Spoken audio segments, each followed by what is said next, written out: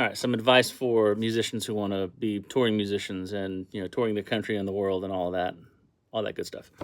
So when you get that call and it's a really great day and you're like, holy smokes, like, yes, like, finally, like, we're gonna go do some touring, and it's with an artist with #1 songs and all that stuff.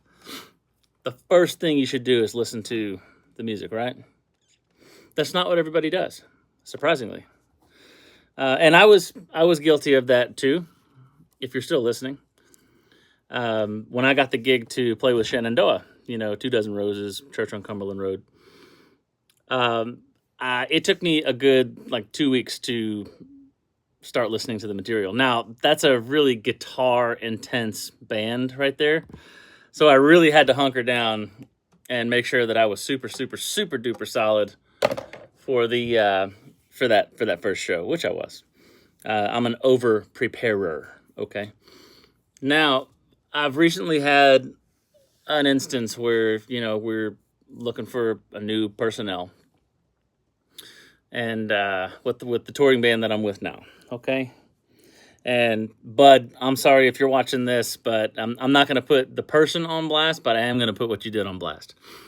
Love me, hate me, I still love you either way.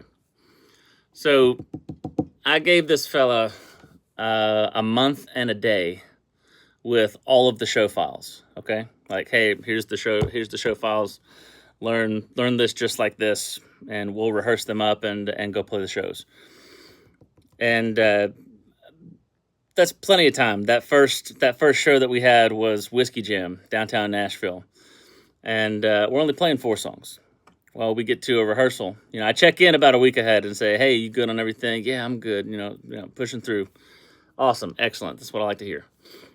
Get to the rehearsal before the Whiskey Jam, and we're missing intros, outros. We're missing sections. We're missing stops. Okay, those are really really big things. We've spent the past 2.5 years not missing a single lick. Okay, not missing a single note, not a single chord, not a nam, nada. And we end up missing outros, endings, like important stuff in the artist's hit song. We can't do that.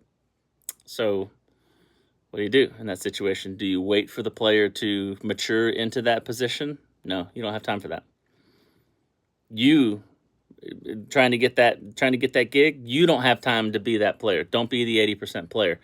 Be the 100% player. Follow for part 2, because this is long. Love y'all.